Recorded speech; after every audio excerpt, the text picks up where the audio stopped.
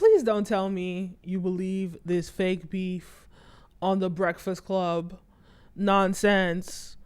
I mean, if you guys know, Angela Yee went on Tamron Hall. She basically said that there were no women on the Breakfast Club. They put a lot of pressure on her on the show. She felt alone. She said all this nonsense. What's his name? DJ Envy comments under the video in the Shade Room, Cap.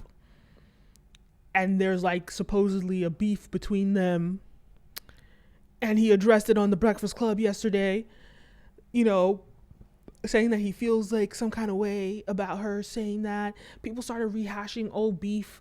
They had a thing with Gucci Mane back in a few years ago, where Gucci Mane calls Angela Yee and what's his name, the B word. He insults them in his interview with Charlemagne. There's all this drama, and it feels real, but it's so fake. It's so fake that even on the Breakfast Club, Charlemagne refused to even respond when they asked him his thoughts on the story, because it's so disingenuous. But hey, that is the way of the media. If there's no controversy, nobody's talking about you and you're irrelevant. And that's what I feel they needed to do. So here's what I think was going on here with this fake story, fake beef. I think the Breakfast Club was throwing her a bone. Her show apparently started 3 weeks ago. I never even saw any promotion, any press. I didn't hear anything about it. I've been waiting to hear about her show coming out. Haven't heard a peep. Haven't heard nothing about it, which is surprising to me, because I'm surprised that on the Breakfast Club, they didn't just say, go check out Angela Yee's show. Maybe they did. I just watched snippets, but I don't even understand. Never heard of this, nothing. And then all of a sudden there's this beef going on. I think they were throwing her a bone, because and what I also think is that, did they downgrade her? Because it's like, where's their marketing budget? Because it's one thing to say it's one thing to say she left the show, she's going to do her own thing, she's going to, be big and bad and all this stuff. But on the other hand, I feel as though there's no marketing budget pushing her. I should be seeing Facebook ads, Google ads promoting her show. She should be everywhere. The Shade Room, there needs to be sponsored posts from the Shade Room. There needs to be all sorts of things. But you started 3 weeks ago, and I didn't hear anything until this new beef. Yes, it's a strategy. It's free, and it worked to get people, talking about her show. I just feel as though it's just so disingenuous, and it's annoying. But it's controversial, and I'm sure her channels shot up. I saw she has 50K followers on Instagram. She has about 20 something K on YouTube. Not a lot on Twitter. I think around 1,000 or something like that. But yeah, so I think it was industry drama that was, put around her show. And it's like they're towing the line of controversy for clicks and views. So it's a story that's believable, but I'm just going to break down a little bit why it is so disingenuous. Before I do that, when it comes to business, because this channel, I have a business angle to stuff. I'm just thinking about obscurity, right? Obscurity is every business's biggest threat. Obscurity is your biggest challenge. And that's what Angela Yee has faced in the past 3 weeks with her new show that they promoted, or they talked about when she was leaving the Breakfast Club, like she's doing something amazing. She has her own show, all this stuff. And she has this show. You look at even the set of her show, it just, I don't know, it looks bootleg compared to the redesign of the Breakfast Club, but fair enough. It's probably on the same level as the original Breakfast Club, or the Breakfast Club when she was there. They've changed it up now, but it looks a little bootleg. And I don't know, something about it just looks so bootleg to me. And the fact that in addition to that, there was no promotion of this show, never heard of it. All these things are just telling me, is this a downgrade? Is this a downgrade? It's interesting.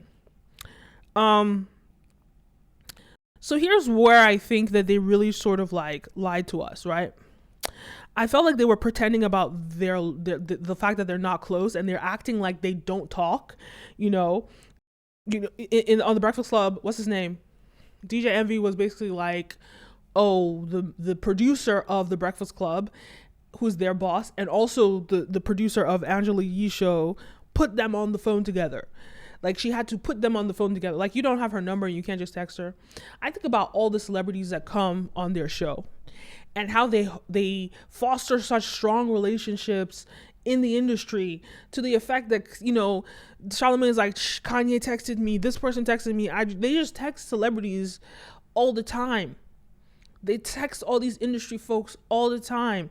You mean to tell me the woman that you've had this show with for almost 2 decades, I don't know how long the Breakfast Club has been on for. I remember it from at least 2009, probably earlier.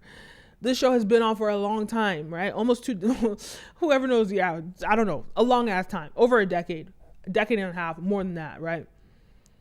You've been sitting side by side with them. This is like probably like your relative almost, but it's your, coworker. You have intimate conversations with this coworkers, and you mean to tell me you can't pick up a phone and text them and say why you say that on the show? That the producer had to put you together? Trying to fabricate a beef, even when she went on Tamron Hall, and Tamron Hall asked those questions the way she asked the questions. I almost feel like Angela Yee just tried to stage it, because even we've all been watching the Breakfast Club for a long time. We always see a woman, every time there's somebody on set that's standing around, there's always a woman there, some way, somehow. So yeah, we see the cameraman sometimes, we see some people sometimes, but you always see one of the producers, a woman, you always see a woman there. So for Angela Yee to even say that is just like, she was obviously saying that for attention. I feel like it was all planned. I think it was all planned just for publicity. And Charlamagne just like rolled his eyes, like, I ain't gonna talk about this. So to me, it just seems fake and disingenuous. But at the end of the day, it was very smart. So I'll throw them a bone, and it's a tool that you can use for your business as well, especially if you're in a media-oriented business. You want attention. Controversy sells. It's smart, it's trivial, it's not a big thing, it's just sort of like a misunderstanding or a misinterpret. It could be argued as such, so it's not like they were saying that they were really fighting about some deep stuff.